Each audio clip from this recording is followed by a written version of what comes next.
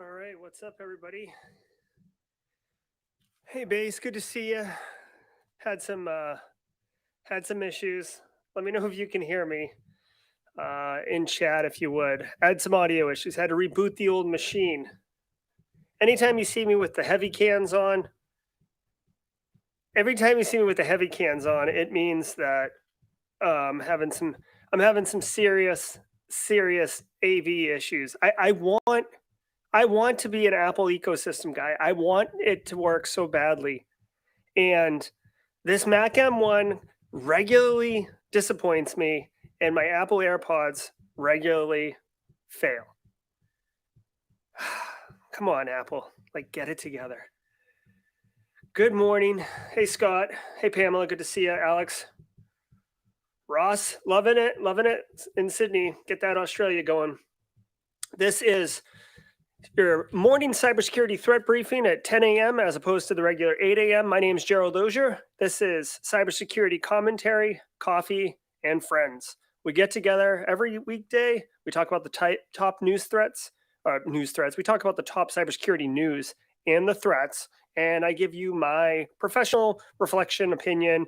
Chat's pretty good. A lot of people with a lot of opinions and informed opinion going on in chat. What's up, India? Good to see you. Oh, Clint's up in here. Yeah, you need to have a PC. Alex, when you say audio died, do you mean my audio died? We're gonna get going. If someone just give me a thumb up on the audio, and we will launch in to what's going on. Yep. Hello, everyone. No. So we're doing this at 8 a.m. every day. 8 a.m. every day, except Tuesdays and Thursdays while I'm teaching, right? So I teach at university, 8 a.m. class, Tuesday, Thursday.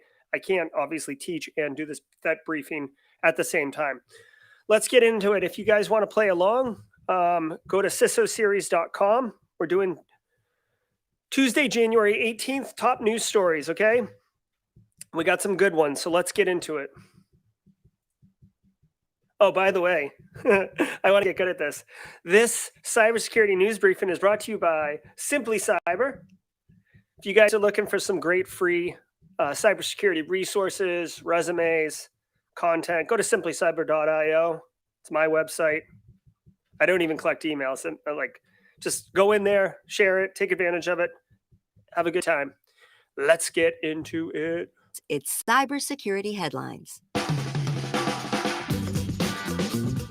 It's Tuesday, January 18th, 2022. Thanks, Kimberly. Ukraine points fingers in recent cyber attacks. Late last week, we covered that Ukraine was hit with a massive cyber attack that knocked dozens of government websites offline. According to a statement from the Ukrainian Digital Transformation Ministry, all the evidence points to Russia being behind the cyber attack, but the agency reiterated that the personal information of Ukrainian citizens was not accessed in the attack. Russia denies the allegations. Yesterday, we also covered disclosure from Microsoft about a ransomware-like malware active in Ukraine that lacked a ransom recovery system to effectively just brick impacted machines. According to Ukraine's Deputy Secretary of National Security and Defense Council, this attack is attributed to the threat group known as Ghostwriter, which is a cyber espionage group affiliated with the Special Services of the Republic of Belarus. The Deputy Secretary noted, however, that the group was using tools and methods similar to those used by Russia's SVR spy agency. Okay, so this is a developing story. I'm sure there's going to be more to it. Over the weekend, it's alleged, it's assumed. Most people believe it to be true. Russia launched a cyber attack on Ukraine, knocking out 70 of their government agencies. If you're not familiar with the background on this one, check out NotPetya, NotPetya, NotPetya from like 2017. Very similar situation. Basically, they went in through a supply chain, like akin to the SolarWinds attack, went into a supply chain, were able to get into these 70 different agencies or nonprofits in government-related organizations, and in almost a logic bomb type attack where it happens all at the same time, they were able to wipe all of these systems, right? Essentially overwriting the master boot record, which basically makes it so you can't boot the machine up. It kind of looked like ransomware, but my suspicion is that they took existing software or malware and just removed the ransomware piece out of it, because there was no decryption key, there's no ransom note, there's none of that. It just jacks up the system. Okay, they tell in the story that Ukrainian citizens' information wasn't compromised. Like, yeah, that's fine, but like that is so not, with all due respect, that's like not important at this time, because their government is kind of like down right now.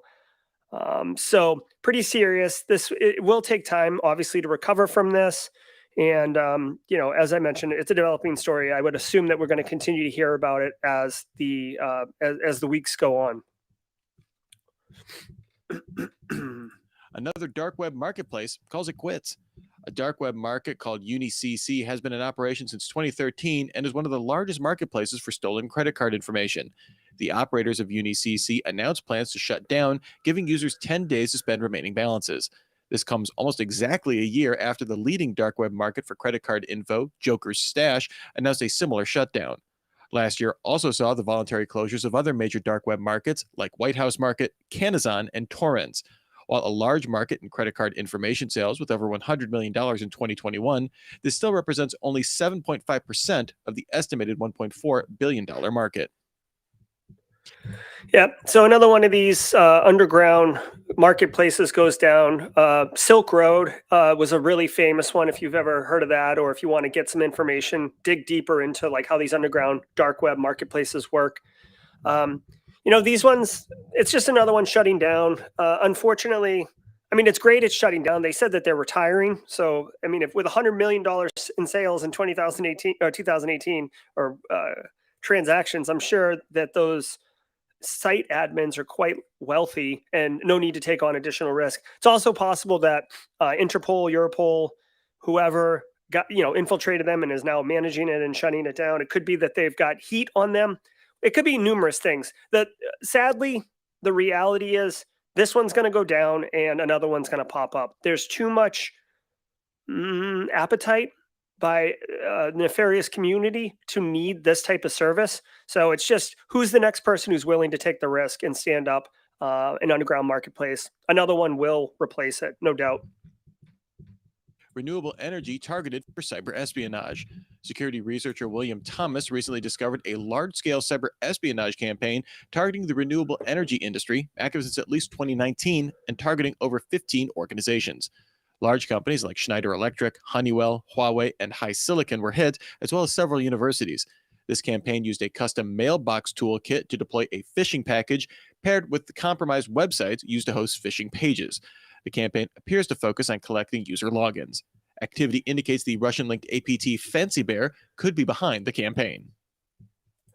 Okay, so, we don't talk about espionage too much in the news, because it's always like malicious attack and ransomware and all this. But at the end of the day, espionage is like a great, academically speaking, espionage is a wonderful capability for cyber practitioners, right? Like committing espionage is not okay, right? I'm not endorsing it. I'm just saying stealing intellectual property, stealing technology advancements, it's all data, it's all digital, it's easy to get, right? Not surprised that renewable energy is being stolen. If you think about it for a second, the amount of time it takes to develop a technology and the amount of money it takes to develop that technology, those two things, time and money, are very, very expensive, right? That obviously, if you could just steal it, you save all that time and all that money, right? So that's why espionage is so appealing. Renewable energy is definitely a big thing. I'm not surprised these larger countries, they said it's linked to Russia. Russia's, a big country. China is a big country. The United States is a big country. Like, having the ability to have energy sources that are renewable is very appealing for, the future of your country. So not surprised that this is happening. They didn't get into too much detail, but much like the space shuttle, the U.S. space shuttle program, look for really familiar looking renewable energy approaches for countries that end up stealing the technology from other countries. Android gets 2G kill switch. The Electronic Frontier Foundation Oh spotted yeah, a new everybody's Android favorite, 12 option stingrays. that lets users disable 2G connections to avoid privacy and Yeah, I security agree, problems Clint. exploited by cell site simulators. Also known as stingrays or IMSI catchers, the devices can impersonate a cell tower, making cell phones in their range to connect to them to intercept personal data use and information. A setting in the OS lets users enable using 2G networks, but by default in Android 12, 2G is off. When attempting to dial emergency services, the phone will automatically attempt to use 2G signals if available. Okay, so I don't know. We've talked about stingrays on the channel before. Stingrays are like, basically when your phone connects to a cell tower, right? Like if you're driving on the highway, it hands off to the next tower. It's because by default it just goes to the strongest signal, right? So if someone has a backpack with a fake cell tower in it, broadcasting a huge signal, your phone's going to connect to it. That's what the stingray is. That's how they work, right? And then they can man in the middle of it and push your traffic to an actual tower. So they're just sniffing your traffic. I don't know enough about stingrays to know that if they can support other network mediums besides 2G. I would have to think that they can support all the way up to 5G because 5G is going to get rolled out. I mean, it's cool that Android is doing this disable kill switch to help block stingray attacks. It seems like a very specific attack vector and a very specific, almost marginalized control to put in, right? Because like if they disable 2G so stingray attacks don't work, I suspect stingrays would be on other, 3G, 4G, etc. And are Android users really getting hit with stingrays all that often? Like, is it are they? I don't know if they're like pitching this as like a privacy feature or whatever, but I don't know. It just seems kind of out of the blue and very like specific and nichey. So, good on them. Yeah. So Grandma gets hacked. Exactly, And Clint. now a word from Excellion reaches settlement on major data breach. In December 2020, Excellion users experienced data breaches which targeted flaws in the company's file transfer appliance or FTA. The company offered FTA for secure file sharing for over 2 decades, although had largely phased it out in favor of a new file transfer solution called Kiteworks. A class action lawsuit alleged the company failed to maintain proper data security practices. The settlement will see Excellion pay $8.1 million, although it accepts no liability and denies all of the allegations. DHL, now the phishing game. Okay, so whatever. Excellion, $8.1 million settlement. I hate to be like you guys, whenever class action lawsuits come up, you're going to get the same response from me. The victims don't really get any restitution. The lawyers get paid out through the gills. And the company itself that's like going through the class action lawsuit, Excellion in this case, very little impact, right? I don't know what their annual revenue is, but I would suspect $8.1 million is not that bad for them, right? Just they stroke a check, go away. Sucks though, because they were offering a secure file transfer solution, which was not secure. So, you got your hospital gown on with your butt hanging out in the wind and there's no restitution, right? And this is part of the challenge of, outsourcing things to third parties. It's a standard practice nowadays, but it can lead to risks. I will point out though, they say here that Fin11 and Clop ransomware gangs, advanced persistent threats, attacked them. If an APT wants to get you, they're going to get you. So, According to data gathered by the threat intelligence firm Checkpoint, DHL was the most imitated brand in phishing campaigns in Q4 2021, which saw the brand used in schemes around Black Friday, Cyber Monday, and other holiday shopping. DHL was used in 23% of all phishing attacks globally, displacing Microsoft from the top spot, who was still used in 20% of phishing messages. WhatsApp, Google, and LinkedIn rounded out the top 5 most impersonated brands. Okay, so no surprise here. This is the focus of your phishing. For me, this is a great example of an opportunity to share with your end user community, maybe set up a, a DHL themed phishing campaign. I know for a fact if you use Microsoft Exchange Online Protection and you have access to their attack simulation capability, there is a DHL one under their malware attachment campaign options. I've run that one myself on my end user community. If you're into running phishing simulations on your end user community, this story is basically saying you should do a DHL one and Microsoft one because basically that's what bad guys are doing, right? So try to simulate what the bad guys are doing so your end user community can get familiar with it, aware, right? Security awareness. if you're going to do that. At a minimum, educate your end users to tell them that bad guys are using DHL, and to like heighten your spidey sense if you get a DHL related email. Especially, well, it's a little late though, because most of this was happening during the holiday season when people are expecting packages and stuff. Intel deprecates SGX, breaks Blu-ray support.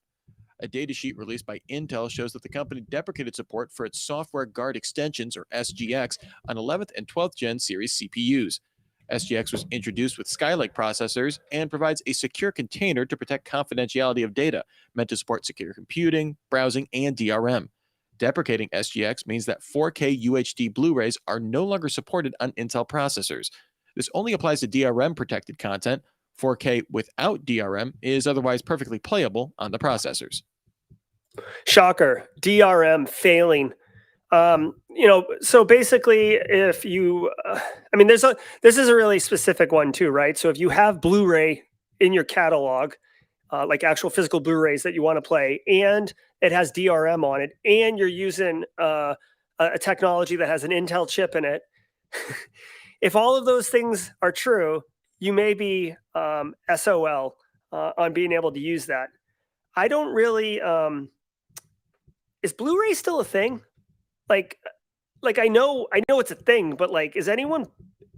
Like, I don't know. Like, maybe I'm just living a different life or something. But I haven't bought a Blu-ray in like ever. Like, or like at least since I had a PlayStation, which was like years and years ago. So I don't know where the Blu-ray support is, but basically Intel made a technology decision, and it basically broke something that Blu-ray depended on or relied on as far as doing the DRM stuff. So, it's one of those ones where careful where you put your dependencies.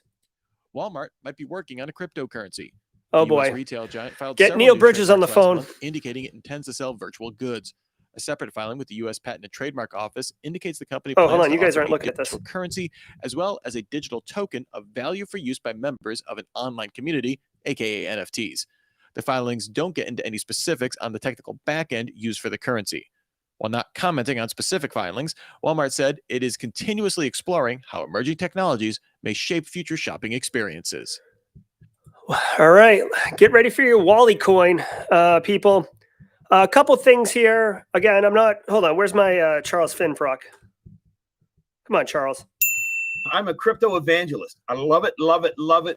Okay, so listen, Walmart's dipping their toes into the crypto game. I don't know what this is going to look like, but they are a Fortune 50 company with deep pockets, which means they can plow full in to a crypto NFT ecosystem, and it'd be a complete failure, and it does nothing to them, right? You and I try to start a crypto and do NFTs, and we potentially lose our house or something. Walmart, whatever, they just write it off. A couple, share prices go down a couple pennies. So I will be interested to see what this looks like, especially I could see massive adoption if Walmart were to offer, like the way gas stations do it, like, oh, this jug of milk costs $3 USD or 250 Wally coins, right? Like the conversion rate. So it'd be cheaper, incentivized financially to go ahead and use Walmart's cryptocurrency, whatever that looks like.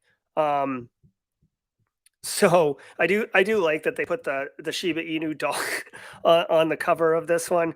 I don't know if you guys, where would you even use, like, seriously, where would you use an NFT for Walmart unless they're talking about getting involved with Facebook's metaverse, and then like you virtually go to Walmart and do something. I don't know what you would do, but like I even think like this. Now I'm on a tirade. Listen. I think the whole idea of like the way we interact with virtual reality is not, it's originally going to start as how we operate in the physical reality. And then it's going to become quickly obvious that like, I don't need to physically walk through the aisles of Walmart. How about the things that I want just appear in front of me, right? Like let's change the paradigm of what that interaction looks like from a UX perspective. Again, I'm going off on a tangent. It's fine. So just to remind people, this Thursday we are doing You Can't Patch All the Things with Dave Klein from Simulate. Basically, if you have Windows XP embedded in your environment, which people do, I see Clint Bow Dungeon up in here. if you work in ICS, manufacturing oil and gas, you know you've got these nasty, ugly, filthy systems in your environment. And guess what? They're not going anywhere. So what can you do? How can you prioritize these vulnerabilities? And how can you like make it acceptable risk for your environment? Guys, I appreciate you dropping in and being here. Tomorrow, 8 a.m., same time, Monday, Wednesday, Friday, 8 a.m. Tuesday, Thursday, looks like the 10 a.m. is going to work. It felt good for me doing 10 a.m. So I'll probably keep doing that. If you guys got any thoughts or comments on the program, let me know. Love incorporating feedback and making it good for everyone. If you got value from this briefing, do me a solid, right? I'm not even talking about hit the bell for notifications or any of that jazz. Just tell someone else. If you think someone else would benefit from hearing this news broadcast and sharing these thoughts with our audience, with chat, with these wonderful Simply Cyber folks, tell them, bring them in here, let them become part of this community, and let's just absolutely crush it. Y'all, it's been good. I'm going to try my outro one more time, and we'll see how that goes. It was a fail on Monday. We'll see you guys tomorrow at 8 a.m. Cheers, everybody.